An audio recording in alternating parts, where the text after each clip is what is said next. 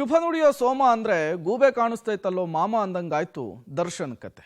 ಕೊಲೆ ಕೇಸ್ನಲ್ಲಿ ಲಾಕ್ ಆಗಿ ಜೈಲಿಗೆ ಹೋಗಿ ಒಂದೊಳ್ಳೆ ಬುದ್ಧಿ ಕಲಿತು ಹೊರಗೆ ಬರಬೇಕಿದ್ದಂತಹ ದರ್ಶನ್ ಈ ಜೈಲನ್ನೇ ರೆಸಾರ್ಟ್ ಮಾಡಿಕೊಂಡು ಬಿಂದಾಸ್ ಜೀವನವನ್ನು ನಡೆಸ್ತಾ ಇದ್ರು. ಅದರ ಪರಿಣಾಮ ಈಗ ಬೆಂಗಳೂರಿನ ಪರಪ್ಪನ ಅಗ್ರಹಾರದಿಂದ ಬಿಸಿಲ ನಾಡಿನಲ್ಲಿರುವಂತಹ ಬಳ್ಳಾರಿಯ ಸೆಂಟ್ರಲ್ ಜೈಲಿಗೆ ದರ್ಶನ್ ಅವರನ್ನು ಶಿಫ್ಟ್ ಮಾಡಲಿಕ್ಕೆ ಬೇಕಾದಂತಹ ಸಿದ್ಧತೆಗಳಾಗ್ತಾ ಇದೆ. ಮತ್ತೊಂದು ಕಡೆ ಪವಿತ್ರ ಗೌಡ ಅವರ ಜಾಮೀನು ಭವಿಷ್ಯ ನಾಳೆಗೆ ಮುಂದೂಡಿಕೆಯಾಗಿದೆ. ಈ ಕುರಿತಂತೆ ಒಂದು ವರದಿ ಇದೆ, ಬನ್ನಿ ನೋಡ್ಕೊಂಡು ಬರೋಣ. ರೇಣುಕಾಸ್ವಾಮಿ ಕೊಂದ ಡಿ ಗ್ಯಾಂಗ್ ದಿಕ್ಕಾಪಾಲು, ಒಬ್ಬೊಬ್ಬರು ಒಂದೊಂದು ಜೈಲಿಗೆ ಶಿಫ್ಟ್. ಇದು ನಮ್ಮ ವರದಿ, ನಮ್ಮ ಇಂಪ್ಯಾಕ್ಟ್.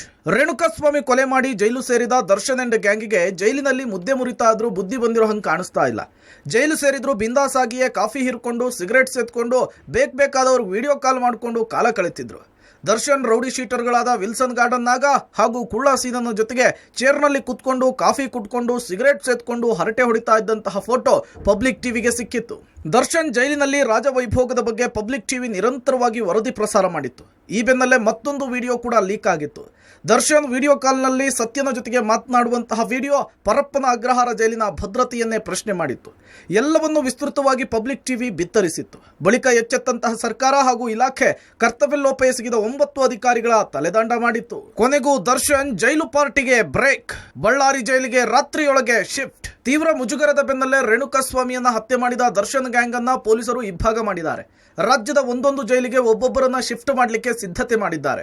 ಬಳ್ಳಾರಿ ಜೈಲಿಗೆ ದರ್ಶನ್ ಅವರನ್ನ ಶಿಫ್ಟ್ ಮಾಡುವುದಕ್ಕೆ 24ನೇ ACMM ಕೋರ್ಟ್ನಿಂದ ಪೊಲೀಸರು ಅನುಮತಿ ಪಡೆಯುವ ಮೂಲಕ ದರ್ಶನ್ ಅನ್ನ ಜೈಲು ಪಾರ್ಟಿಗೆ ಬ್ರೇಕ್ ಹಾಕಿದ್ದಾರೆ.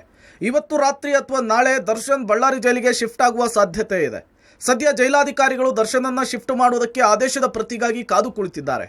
ಹಾಗಾದ್ರೆ ದರ್ಶನ್ ಗ್ಯಾಂಗ್ನ ಯಾವ್ಯಾವ ಆರೋಪಿಗಳು ರಾಜ್ಯದ ಯಾವ್ಯಾವ ಜೈಲಿಗೆ ಶಿಫ್ಟ್ ಆಗಿದ್ದಾರೆ ಅಂತೇಳಿ ತೋರಿಸ್ತೀವಿ ನೋಡಿ. D gang ದಿಕ್ಕಾಪಾಲು. A1 ಆರೋಪಿ ಪವಿತ್ರ ಗೌಡ, ಪರಪ್ಪನ ಅಗ್ರಹಾರ ಜೈಲು. A2 ಆರೋಪಿ ದರ್ಶನ್, ಬಳ್ಳಾರಿ ಜೈಲು. A3 ಆರೋಪಿ ಪವನ್, ಮೈಸೂರು ಜೈಲು. A4 ರಾಘವೇಂದ್ರ, ಮೈಸೂರು ಜೈಲು. A5 ನಂದೀಶ್, ಮೈಸೂರು ಜೈಲು. A6 ಜಗದೀಶ, ಶಿವಮೊಗ್ಗ ಜೈಲು. A7 ಅನುಕುಮಾರ್, ಪರಪ್ಪನ ಅಗ್ರಹಾರ ಜೈಲು. A8 ರವಿಶಂಕರ್, ತುಮಕೂರು ಜೈಲು. A9 ಧನರಾಜ್, ಧಾರವಾಡ ಜೈಲು. A10 ವಿನಯ್, ವಿಜಯಪುರ ಜೈಲು. A11 ನಾಗರಾಜ್, ಕಲಬುರಗಿ ಜೈಲು. A13 ದೀಪಕ್, ಪರಪ್ಪನ ಅಗ್ರಹಾರದ ಜೈಲು. A14 ಪ್ರದೋಷ್, ಬೆಳಗಾವಿ ಜೈಲು. A15 ಕಾರ್ತಿಕ್, ತುಮಕೂರು ಜೈಲು. A16 ಕೇಶವಮೂರ್ತಿ, ತುಮಕೂರು ಜೈಲು. A17 ನಿಖಿಲ್ ನಾಯಕ್, ತುಮಕೂರು ಜೈಲು. ಬಳ್ಳಾರಿ ಜೈಲು ಬಳಿ ಬಿಗಿ ಭದ್ರತೆ, ಸಿಸಿ ಕ್ಯಾಮೆರಾ ಕಣ್ಗಾವಲಿನಲ್ಲಿ ದರ್ಶನ್. ಬಳ್ಳಾರಿ ಸೆಂಟ್ರಲ್ ಜೈಲಿಗೆ ಆರೋಪಿ ದರ್ಶನ್ ಶಿಫ್ಟ್ ಹಿನ್ನೆಲೆಯಲ್ಲಿ ಬಳ್ಳಾರಿ ಜೈಲು ಅಧಿಕಾರಿಗಳು ಅಲರ್ಟ್ ಆಗಿದ್ದಾರೆ.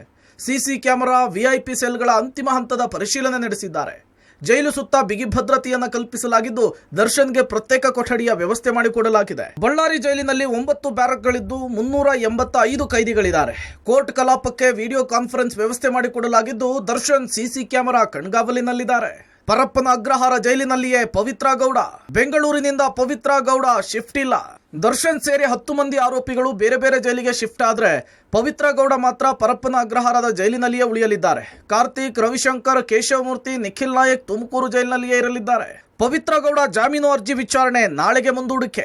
2:45ಕ್ಕೆ ಅರ್ಜಿ ವಿಚಾರಣೆ ಮುಂದೂಡಿದ ಸೆಷನ್ಸ್ ಕೋರ್ಟ್. ಇನ್ನು ಪವಿತ್ರ ಗೌಡ ಜಾಮೀನು ಅರ್ಜಿ ವಿಚಾರಣೆಯನ್ನ ನಾಳೆಗೆ ಮುಂದೂಡಿಕೆ ಮಾಡಲಾಗಿದ್ದು ನಾಳೆ ಮಧ್ಯಾಹ್ನ 2:45ಕ್ಕೆ ಅರ್ಜಿ ವಿಚಾರಣೆಯನ್ನ ಸೆಷನ್ಸ್ ಕೋರ್ಟ್ ನಡೆಸಲಿದೆ. ಪ್ರಕರಣದಲ್ಲಿ ಪವಿತ್ರ ಗೌಡ ನೇರವಾಗಿ ಭಾಗಿಯಾಗಿಲ್ಲ. ಪವಿತ್ರ ಗೌಡ ರೇಣುಕಾಸ್ವಾಮಿ ಹಲ್ಲೆ ಮಾಡಿರಬಹುದಷ್ಟೇ, ಹತ್ಯೆಯನ್ನ ಮಾಡಲಿಕ್ಕೆ ಹತ್ಯೆಗೆ ಪ್ರಚೋದನೆಯನ್ನ ಕೊಟ್ಟಿಲ್ಲ ಅಂತ ಹೇಳಿ ಪವಿತ್ರ ಗೌಡ ಪರ ವಕೀಲ ಟಾಮಿ ಸೆಬಾಸ್ಟಿಯನ್ ವಾದ ಮಂಡಿಸಿದ್ದಾರೆ. ಹಾಗಾದ್ರೆ ಪವಿತ್ರ ಗೌಡ ಪರ ವಕೀಲರು ಜಡ್ಜ್ ಮುಂದೆ ಹೇಳಿದಂತಹ ಅಂಶಗಳೇನು ಅನ್ನೋದನ್ನ ತೋರಿಸ್ತೀವಿ ನೋಡಿ. ದರ್ಶನ್ ಸೂಚನೆಯಂತೆ ರೇಣುಕಾ ಕಿಡ್ನಾಪ್. ಪವಿತ್ರ ಗೌಡ ಪ್ರಕರಣದಲ್ಲಿ ನೇರವಾಗಿ ಭಾಗಿಯಾಗಿಲ್ಲ. ಪವಿತ್ರ ಗೌಡ ಪವನ್ಗೆ ರೇಣುಕಾಸ್ವಾಮಿ ನಂಬರ್ ಕೊಟ್ಟಿದ್ರು. ರಾಘವೇಂದ್ರ ಅಪಹರಣ ಮಾಡಿಕೊಂಡು ಬಂದಿದ್ದಾರೆ. ಕಿಡ್ನಾಪ್ ಬಗ್ಗೆ ಪವನ್ ದರ್ಶನ್ಗೆ ಮಾಹಿತಿ ಕೊಟ್ಟಿದ್ದಾರೆ. ಇದರಲ್ಲಿ ಪವಿತ್ರ ಗೌಡ ಅವರ ಪಾತ್ರ ಎಲ್ಲಿದೆ? ಪವಿತ್ರ ಗೌಡ ರೇಣುಕಾಸ್ವಾಮಿಗೆ ಹಲ್ಲೆ ಮಾಡಿರಬಹುದಷ್ಟೇ, ಹತ್ಯೆಯನ್ನು ಮಾಡಲು ಹತ್ಯೆಗೆ ಪ್ರಚೋದನೆ ಕೊಟ್ಟಿಲ್ಲ. ದರ್ಶನ್ ಸೂಚನೆಯ ಮೇರೆಗೆ ಮಾತ್ರ ಅಪಹರಿಸಿದ್ದಾರೆ. ಸ್ವಇಚ್ಛಾ ಹೇಳಿಕೆಯನ್ನು ಪ್ರಕರಣದಲ್ಲಿ ಪರಿಗಣಿಸಬೇಕಾಗುತ್ತೆ. ಪವಿತ್ರ ಗೌಡ ಕೊಲೆ ಪ್ರಕರಣದ ಸಂಚಿನಲ್ಲಿ ಭಾಗಿಯಾಗಿಲ್ಲ. ಪೊಲೀಸರು ಇತರ ಆರೋಪಿಗಳ ಹೇಳಿಕೆಯ ಮೇಲೆ ಹೇಳ್ತಿದ್ದಾರೆ. ತನಿಖೆಯ ಬಹುತೇಕ ಮುಕ್ತಾಯ ಹಂತದಲ್ಲಿದೆ, ಜಾಮೀನು ನೀಡಬಹುದು. ದರ್ಶನ್ ಜೈಲಿನ ವಿಲಾಸಿ ಜೀವನಕ್ಕೆ ಕೊನೆಗೂ ಕೂಡ ಬ್ರೇಕ್ ಬಿದ್ದಿದೆ. ತೀವ್ರ ಮುಜುಗರದ ಬೆನ್ನಲ್ಲೇ ದರ್ಶನ್ ಸೇರಿ 10 ಮಂದಿಯನ್ನ ಬೇರೆ ಬೇರೆ ಜೈಲಿಗೆ ಶಿಫ್ಟ್ ಮಾಡಲಾಗ್ತಿದೆ. News desk, public TV.